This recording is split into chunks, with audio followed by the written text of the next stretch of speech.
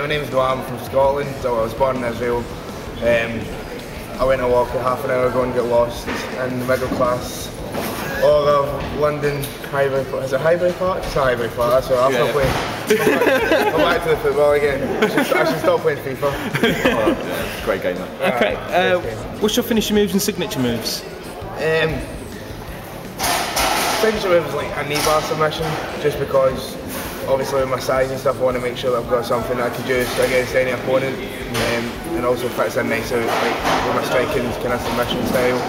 I don't try and do anything that's unrealistic to like my size or what the fans perceive me as, and I don't want to do anything too like, you get a lot of wrestlers that maybe try and do certain things that are too contrived. Does that make sense? Like maybe if they're like my height but they're trying to do like choke slams or kind of power bombs or kind of, you know, bigger style moves. In the same respect, if they just fall into the trap of what I better do, like I'm insulted as a finisher because I'm a size. So I just try and find like a nice mix, and then hopefully that makes me stand out. When did you start training to become a wrestler? I started training in 2008 in Scotland at the Scottish Professional Wrestling Academy. I was 14 at the time, and I just kind of tagged along with a friend, just for a bit of a giggle really. Something to do on a Sunday, try and lose a bit of weight as well. That was quite a chubster. And then from there, my friend actually fell away from training, and I just became more attached to it. And then from there, like I was always a fan of wrestling, like everyone else that is in wrestling. Not everyone else on the entire planet. That'd be wonderful. We'd all have 6 billion followers as well.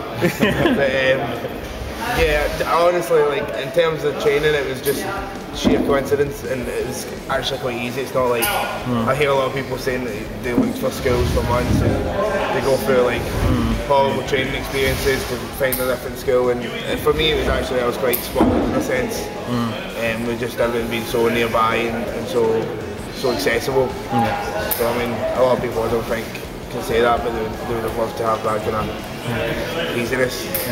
Excellent. So, what was the inspiration to become a wrestler then?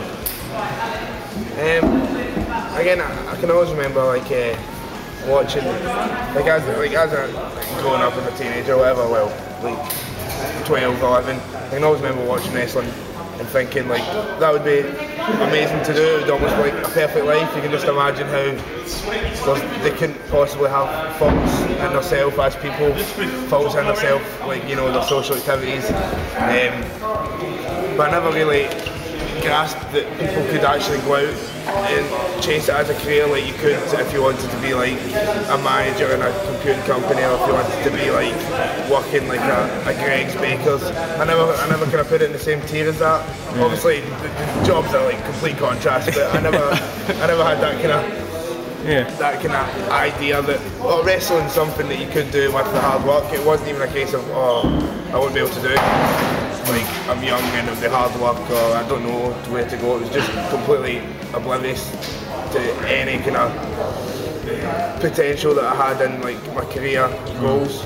And then again, once it became like, oh, it's actually quite possible. You don't need to be American, and it's not just like a teenage dream where like you maybe play with your wrestlers and do like the commentary. Yeah. Do you know what I mean? Like that was probably the closest I got to like being involved in a wrestling show when I was younger, or like being involved in some kind of acting role to do with wrestling, was being a commentator. Yeah. I was a great commentator when I was playing with figures.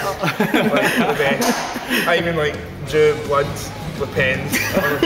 That takes dedication considering a figure's like £12. And at the time that was like 6 months of pocket money. So did you have any favourite figures then, or? The favourite ones really like was the ones that you could do everything with. So the jelly ones were the best ones. But then they always used to break inside. And then to the point that just like just made them do ridiculous bumps. Once you've done a couple of Triple H pedigrees, that's from there on. But obviously figures, once politics get involved into like figures, I didn't want to play with them anymore. They're all bitching about each other, and this guy's saying that he gets more attention. It's like Toy Story, but wrestling figures. So who's your favourite wrestler then? For me,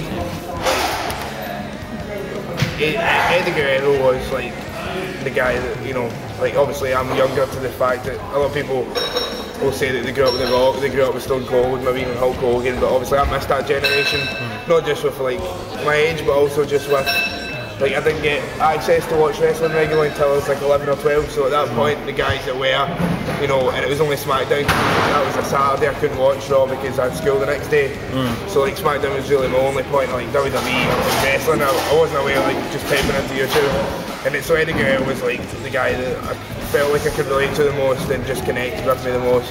Obviously like I had other favourites like you do, like you change them every week at that age, but the only person that stayed constant, you know, if anything's elevated, like my love for wrestling is Eddie Guerrero, and then more contemporary guys like AJ Styles and stuff, and as I've progressed through like British wrestling, I've started to get a good appreciation of like those styles of wrestling, world of sports, guys like Johnny Saint, Steve Gray, these people. So like, but again, it was not like I didn't start being a fan by watching world of sport like a lot of people have that. They used to watch it with their grandpa and stuff. That never happened for me.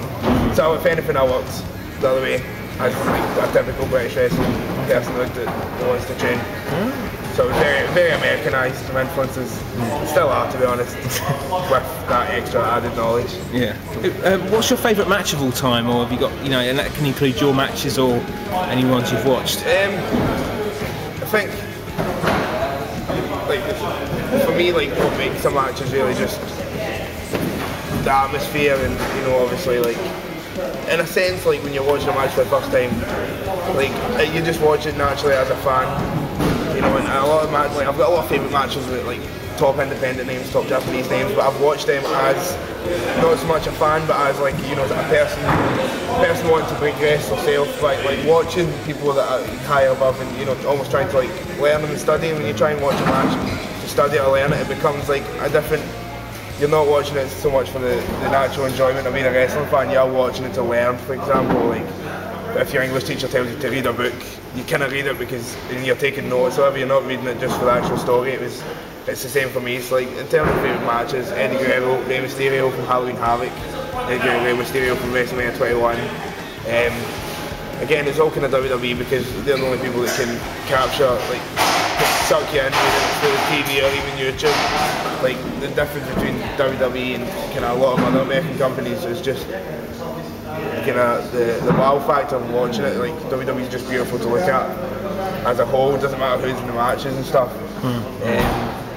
But Kurt Angle, Eddie Guerrero again from WrestleMania 20. There's matches that like I know I can still watch, and I would watch them like as a fan and just not even need to worry about learning stuff because it's already, it just flows through the match. Like you just pick things up like just naturally from matches like that. But obviously there's some phenomenal talent worldwide in Japan and Mexico and even like those World of Sport matches, like the 15 round matches and stuff like. There's so many that I do love, but obviously I'm not gonna. Your favourite matches is always the ones that caught you when you were younger. Do you know what I mean? Not the ones that you watch now. Every match is like the ones that I'll always. The only matches I'll ever continue to watch again and again and again is the several unnamed. And that's obviously because of A, it's Eddie Guerrero, and B, just takes me back to a time when I was like just watching it as like a kid or first time. So aside from yourself, who are the British wrestlers to watch out for in 2012? Obviously I'm based in Scotland, so I think I see a lot of guys in Scotland that maybe a lot of English or European fans might not be aware of just yet.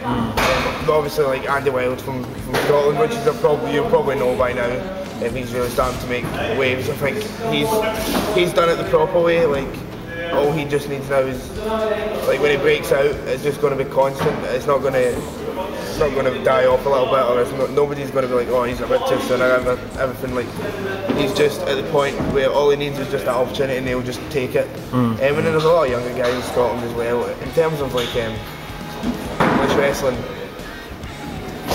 I would say it's quite hard because I'm not like. Because I'm still like young and stuff in it, and still really like naive in a sense, like on shows and that. I'm not watching it as like, oh, who could be the next breakout guy or whatever. Like obviously I'm aware of people that have got much like potential, and maybe even people I can relate to because they're young as well. But I'm not in a situation where I can say, oh, this guy, you know, like play the vet card, but this guy's going to be good. And a lot of these people might be older than me and stuff, so it might sound a bit kind of a bit, almost a bit kind of condescending. Ignorant towards where I am right now. But like definitely one of my favourites is like Wild Boar, Mike Hitchman from 4FW. I think. I just hope, like, also the fact that I'm quite good friends with him. I just hope that he's doing so well right now. Do you know what I mean? And he's not like this is a perfect example of like, me saying this. People might assume that he's not doing as well as he should be, but if anything, he's doing better than he should be.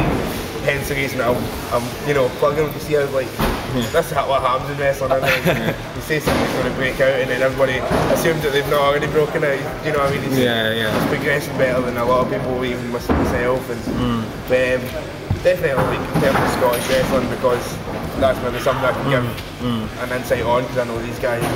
There's Andy Weld and a young guy, well, not a young guy, he's an older guy who's just started wrestling called Scott Maverick, who he might hear in a couple of years, he might not, we'll see what happens, but these are people that I know that I love to work with and I love watching work, regardless of what they've done.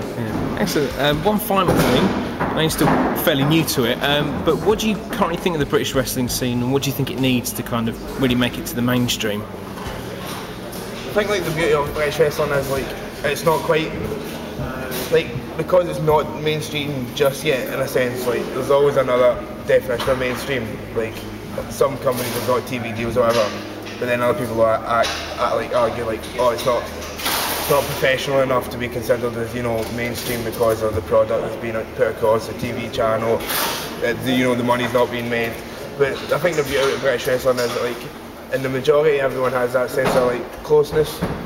That, alright, obviously everything could be better. Like, every show could have an extra 150, 200 fans. Every wage could be X amount more. Like everything could be like improved. But I think that's the beauty of the British wrestling scene, that people are actively trying to improve it. And by improving it, it's becoming mainstream rather than focusing on the negativities. It's just a consistent kind of build up of positives. On the main, obviously there's shit everywhere, but that happens like in any field, and that can obviously add a bit of a kind of hindrance to certain progressions. But it's good. I mean, it would be amazing if, say, like 6 companies had TV deals, and it was like the same in America when like WCW was here and WWF, and that would be amazing. But you got to just look at the size of America in terms of like Britain, like. So it's nice to see when there's a nice like circle of people that are working together, and then it's almost like a little cult society, but it's becoming something quite that people are aware of, like out with. Like, I think anybody that is a fan of wrestling, like slightly more than just coming on Sky 1 in the morning, might have a slight understanding that, or there perhaps must be, like, just like there's stand-up comedians that work local pubs or whatever, there perhaps must be local wrestling shows that work local areas. Like, people I don't think are completely ignorant to the fact that WWE is the only thing, unless it's they're just casual fans for the sake of like, oh, let's see John Cena do that move and then we'll put Simpsons back on.